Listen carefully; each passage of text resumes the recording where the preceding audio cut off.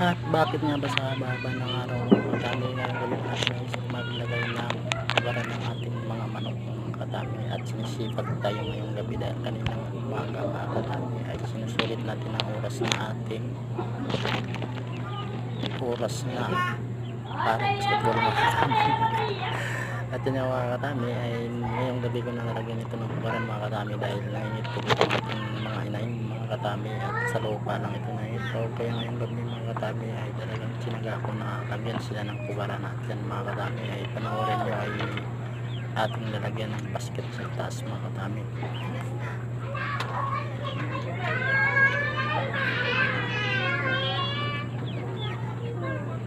At ang ating gawin mga katami, napakasimple lang muna ang hugaran mga katami dahil gabi na nga mga katami, hindi tayo makapag-ayos.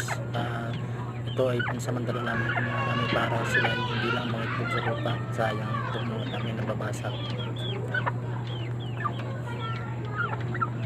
At ito mga katami, itong kulungan natin ito mga katami, talagang ginawa natin ito para sa ating pagpapalahi sa mga ating mga manok mga katami dahil sila ay nagsabay-sabay ng mga itlog, kaya nilagyan natin ng medyo malaki na flying pin.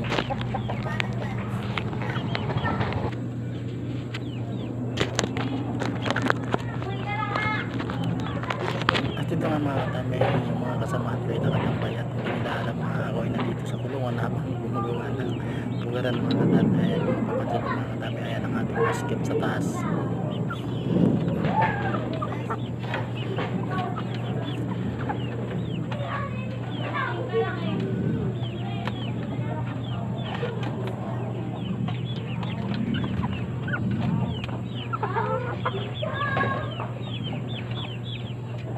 At dito ng mga katami ay umpisa na natin ilagay ang ating hugaran at nilagyan natin yung mga tukod sa ilalim, yung mga pansarang mga katami para na hindi lumusot ang mga itlog pag nangitlog ng ating mga inayin. Actually nangitlog ito mga katami pero nabasag lang, at yung nilagyan natin yun.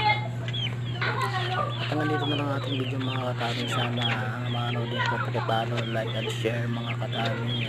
Thank you for watching. Bye bye mga katami.